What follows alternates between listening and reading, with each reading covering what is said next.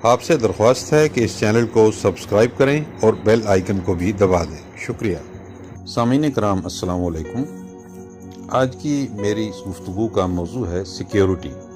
سب لوگ جانتے ہیں پوری دنیا کا مسئلہ ہے، اولین ترجیح ہے ہر ریاست کی، اور شاید پوری دنیا اس وقت جس چیز پر سب سے زیادہ رقم خرچ کر رہی ہے وہ سلامتی اور سیکیورٹی ہے۔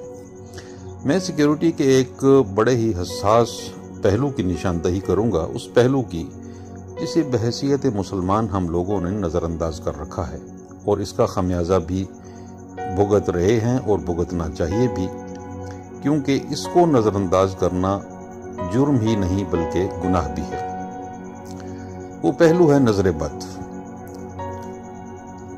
نظر کا تعلق ظاہر ہے کہ فرد کی زندگی کے ساتھ ہے۔ فرد خاندان کی اکائی ہے جو خاندان بناتا ہے، خاندان معاشرہ تشکیل دیتے ہیں، اور اس کے بعد ریاست کا مرحلہ آتا ہے۔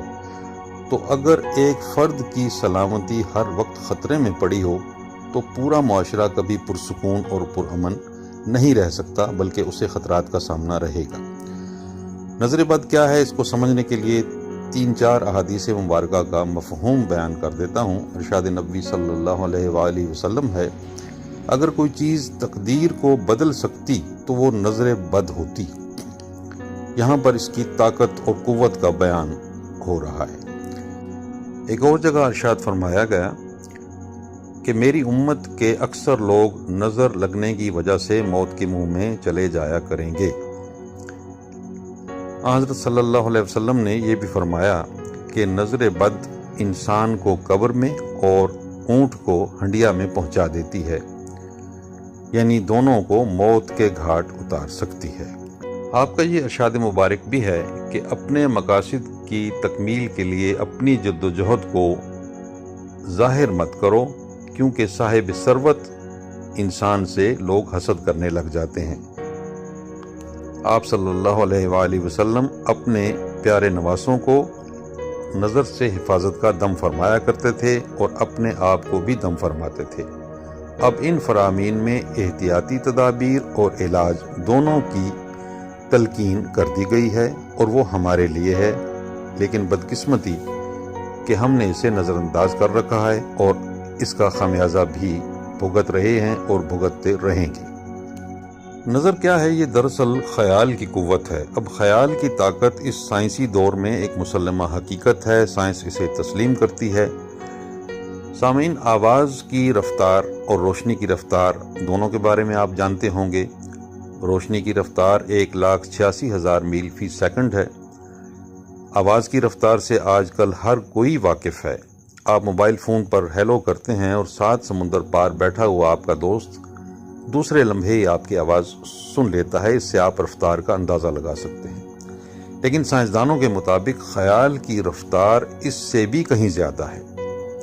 خیال کی لہریں اس قدر طاقتور ہیں کہ اگر 7 سمندر بیٹھا ہوا ایک انسان آپ کے بارے میں ایک منفی خیال اپنے ذہن میں لاتا ہے، اس کی وہ لہر اگلے ہی لمحے آپ کی باڈی کو ٹچ کر کے آپ کے لیے تباہ کن ثابت ہو سکتی ہے۔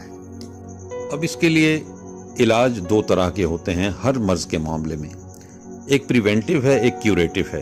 پریونٹیو کو آپ احتیاطی تدبیر کہہ سکتے ہیں، اور کیوریٹیو یہ ہے کہ حملے کا شکار ہو جانے کے بعد اس مرض کا باقاعدہ علاج کرانا۔ احتیاطی تدبیر تو یہی کہا جا سکتا ہے کہ اللہ تعالیٰ کی نعمتوں کا ذکر صرف اہل لوگوں کے سامنے کریں۔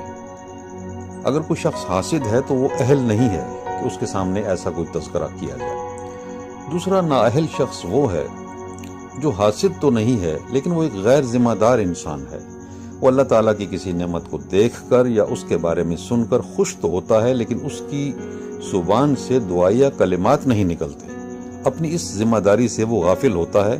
ہوتا وہ خلوص نیت والا انسان، لیکن ذمہ داری سے غافل ہے، تو یقیناً وہ بھی اس کا اہل نہیں ہے کہ اس کے سامنے اللہ کی کسی نعمت کا جو آپ کو حاصل ہو گئی بلا ضرورت بلا جواز تذکرہ کیا جائے۔ علاج کے معاملے میں معاملہ بہت آسان ہے۔ اگر آپ سمجھیں کہ آپ نظر بد کا شکار ہو چکے ہوں، علامات آپ میں پائی جاتی ہیں، ایسے انسان سے مشاورت کر لیں جو آپ کے گمان کے مطابق آپ سے قدرے بہتر جانتا ہے۔ اور اگر معاملہ زیادہ سنگین ہے تو پھر باقاعدہ کسی ماہر سے رجوع کریں، وہ آپ کو علاج تجویز کرے گا آپ کے مرض کی شدت کے مطابق، کیونکہ نسخہ مرض کو دیکھ کر ہی تجویز کیا جاتا ہے۔ اس کو PPP بولا جاتا ہے، یعنی پریسکرپشن فار پرٹیکولر پرسن۔ اس کے لیے کتابچے موجود ہیں، IT کی دنیا ہے، آپ کسی بھی سرچ انجن میں جا کر بہت کچھ حاصل کر سکتے ہیں۔ یہی ذہن میں رکھنا ہوگا کہ جو علاج تجویز کیا جا رہا ہے وہ شریعت کی حدود سے متجاوز نہ ہو۔ دلچسپ امر یہ ہے کہ یہ ایسا مرض اور ایسا علاج ہے کہ جس کے لیے مادی وسائل کی ضرورت نہیں، یعنی چند الفاظ اور چند خیالات مل کر ہی کام کو بگاڑتے ہیں، اور چند الفاظ اور چند خیالات مل کر ہی معاملات کو سنوار دیتے ہیں۔ اس لیے کسی کے پاس یہ جواز نہیں ہو سکتا کہ میں نظر بد کا شکار ہو چکا ہوں لیکن میں اپنا علاج کرانے سے قاصر ہوں کہ میرے پاس تو وسائل موجود نہیں، یا یہ بہت مہنگا علاج ہے۔ پھر اس کا کسی حد تک علاج ہماری باڈی کے اندر ہی موجود ہے۔ جس طرح جنگل کی زندگی کو آپ دیکھیں کہ ایک جانور ایک درخت کے کچھ پتے کھا کر بیمار ہو جاتا ہے تو اب اس کو نہ طبیب دستیاب ہے نہ ہسپتال موجود ہے۔ وہ شام کو دوسرے درخت کے پتے کھاتا ہے تو وہی پتے اس کو شفا عطا کر دیتے ہیں اور وہ صحت یاب ہو جاتا ہے۔ باڈی کے معاملے میں بھی یہی ہے کہ اگر کوئی نظر بد کا شکار ہو جائے، اور جیسا کہ ہم لوگ اکثر ہو جاتے ہیں، تو اس کی سب سے بڑی ریمیڈی سورہ فاتحہ ہے۔ کوئی انسان اگر نماز میں بہت زیادہ غفلت برتنے والا بھی ہے تو کم از کم نماز جمعہ ادا کر دیتا ہوگا، اس کی ہر رکعت میں سورہ فاتحہ پڑھے گا تو وہ ایک نیچرل ریمیڈی اس کو مل جائے گی۔ یا اگر وہ نماز جمعہ ادا کرنے والا بھی نہیں، بہت ہی زیادہ بدقسمت ہے، تو کسی نہ کسی درجے میں اللہ تعالیٰ کو یاد کر لیتا ہے، کلمہ طیبہ پڑھ لے گا، صرف اللہ اللہ کہہ دے گا، درود شریف پڑھ لے گا، تو وہ ایک ریمیڈی، وہ ایک علاج ہوتا رہتا ہے۔ ہاں، جب انسان خود اس نتیجے پر پہنچ جائے کہ علامات بہت زیادہ واضح ہوں، علامات بہت زیادہ تعداد میں ہوں، تو پھر اس کو ماہر سے ہی رجوع کرنا چاہیے تاکہ باقاعدہ نسخہ حاصل کر سکے۔ اس کی علامات میں سب سے بڑی علامت تو یہ ہے کہ کوششوں کا ثمر نہ ملنا، یعنی کسی مقصد کی تکمیل کے لیے، کسی ہدف کے حصول کے لیے آپ نے جان توڑ کوششیں کر لیں، سر توڑ کوششیں کر لیں، لیکن اس کا ثمر آپ کو نہیں مل رہا اور بظاہر کوئی رکاوٹ بھی موجود نہیں۔ اسی طرح آپ ذہنی اضطراب کا شکار ہیں، دل مضطرب ہے لیکن بلا وجہ، تو سمجھیں کہ اب آپ نظر بد کا شکار ہو چکے ہیں۔ یا کوئی روحانی اور جسمانی بیماری ہے اور آپ بہترین علاج پوری دیانتداری کے ساتھ کروا چکے ہیں لیکن بیماری ختم ہونے کا نام نہیں لے رہی، تو پھر بھی آپ یہ جان جائیں کہ اب معاملہ نظر بد کا ہے۔ بعض لوگ وہم کا شکار ہو کر اسے جادوگری کہہ دیتے ہیں۔ یہ حقیقت ذہن میں رکھیں کہ دنیا کے اکثر ممالک میں جادو ایک فوجداری جرم ہے، اور جادو کرنے اور کروانے کے لیے بڑا شقی القلب ہونا پڑتا ہے۔ ایسے لوگوں کی تعداد دنیا میں بہت کم ہے۔ اس لیے جادو نہیں ہوتا، بلکہ یہ نظر بد ہے، یہ حسد ہے، یہ خیالات کی لہریں ہیں جو آپ کی سماجی زندگیوں کو متاثر کر رہی ہیں۔ اس موضوع پر مطالعے کی عادت ڈالیں، اس سے بڑے خوشگوار نتائج حاصل ہوں گے۔ کسی بھی تھیوری اور کسی بھی فلسفی کو خود آزمائے بغیر مسترد مت کریں۔ اور پھر جو بات میں گوش گزار کر رہا ہوں یہ کوئی تھیوری نہیں، یہ تو ارشاد نبوی صلی اللہ علیہ وسلم ہے۔ بعض اوقات یہ اعتراض کیا جاتا ہے یا یہ سوال بھی اٹھایا جاتا ہے کہ دنیا کے جو چند بڑے نام ہیں، بہت ہی کامیاب لوگ، وہ نظر بد کا، حسد کا شکار کیوں نہیں ہوتے؟ تو اس کا جواب میرے خیال میں تو یہی دیا جا سکتا ہے کیونکہ ان کی ایک الگ ہی دنیا ہوتی ہے۔ وہ اس قدر مصروف ہوتے ہیں، اپنے ذہن کو مثبت سرگرمیوں میں اس قدر مشغول رکھتے ہیں کہ وہ ایک دوسرے کی نعمتوں کا شمار نہیں کرتے۔ ان کا ظرف بڑا ہوتا ہے، بصیرت اعلیٰ درجے کی ہوتی ہے۔ لیکن تیسری دنیا میں میرے خیال میں فراغت ہی سب سے بڑا المیہ ہے۔ یہاں ذہن اس قدر خالی رکھے جاتے ہیں کہ ایسے منفی خیالات کو بڑی آسانی سے ان کے اندر اکاموڈیٹ کیا جاتا ہے۔ 3-4 دنیا کے بڑے کاروباری، اگر آپ ان کا ایک مثال دینا چاہیں کہ ایک کے پاس ہوائی جہاز ہے، ایک کے پاس ہیلی کاپٹر ہے، ایک کے پاس 3-4 لیموزین گاڑیاں ہیں، تو وہ شاید ایک دوسرے کے بارے میں نہ سوچیں۔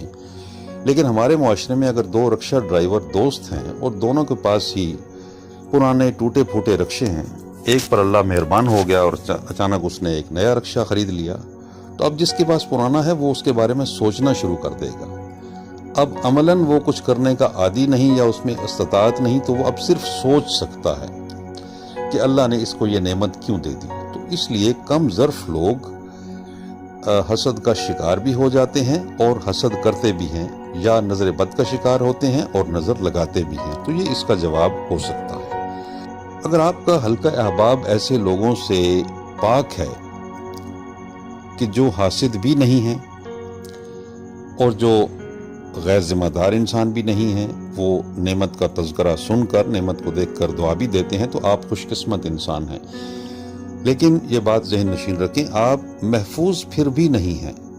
احادیث مبارکہ، آثار صحابہ کے مطابق جنات کی نظر بھی لگتی ہے، وہ بھی مورچہ بند ہیں، وہ بھی گھات لگا کر حملہ کرنا جانتے ہیں۔ ہم اس مخلوق کو نہیں دیکھ رہے، وہ ہمیں دیکھ رہی ہے، ان کی نظر بھی لگتی ہے۔ اس لیے ہم نے اپنی سیکیورٹی کا خیال ہر وقت رکھنا ہے، ہم نے ان کے حملوں سے بھی اپنے آپ کو بچا کر رکھنا ہے۔ تو یہ فرد کی زندگی کا اور اس کی سیکیورٹی کا وہ پہلو ہے جس میں ریاست اس کی کوئی مدد نہیں کرے گی۔ یہ کام آپ نے خود ہی کرنا ہے، اس کا آغاز آپ سے ہوگا اور اختتام ریاست پر ہوگا۔ فرد معاشرے کا بہت اہم جزو ہوتا ہے۔ آپ انبیاء کرام کی تعلیمات کو دیکھیں تو ایک ہی نتیجے پر پہنچیں گے کہ انہوں نے ایک پہلو کو ذہن میں رکھا، اور وہ پہلو ہے ہیومن ریسورس ڈیولپمنٹ۔ انہوں نے افراد کو ڈیولپ کیا، اور جب وہ ڈیولپڈ ہو گئے تو پھر انہوں نے معاشرے میں تبدیلی لانے کی ٹھان لی۔ تو یہ بہت آسان تبدیلی ہے، بس اس کا آغاز ضروری ہے۔ اس پہلو کو خدا را کبھی نظر انداز نہ کریں، نہ جرم کے مرتکب ہوں اور نہ ہی گناہ کے، اور اپنی زندگیوں میں خوشگوار تبدیلی لائیں۔ اپنی زندگیوں کو پرسکون بنا کر رکھیں، خوش و خرم اور خوشحال رہیں، پھر آگے چل کر اپنے معاشروں پر توجہ دیں، اپنے معاشروں میں سے ہر اس چیز کو نکال دیں جو امن کو تہوبالا کرنے والی ہوں۔